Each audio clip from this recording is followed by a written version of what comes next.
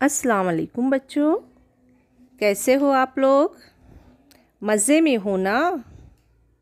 तो आज हम पढ़ेंगे उर्दू की नज़्म परिंदों की बोलियाँ। आओ हम सब बने परिंदे, उड़ते जाएं मज़े मज़े से। कुकड़ुकू कुकड़ुकू बोले, गर्दन अकड़ा कर पर खोले।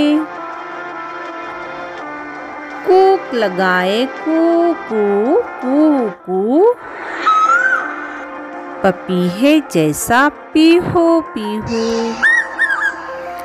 काय काय कौवे बन जाएं, तोते की टींटी में गाए।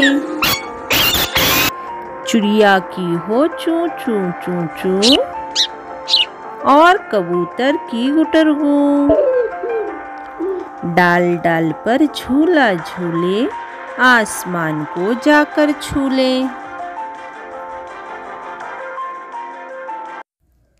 अच्छा बच्चों, तो हमें क्या करना है अभी? जैसा कि हमें मालूम है, घर काम।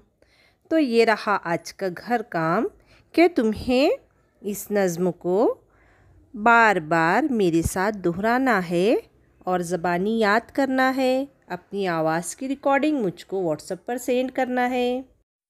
करोगे ना बच्चों? अल्लाह हाफिज़। घर में रहो, महफूज रहो।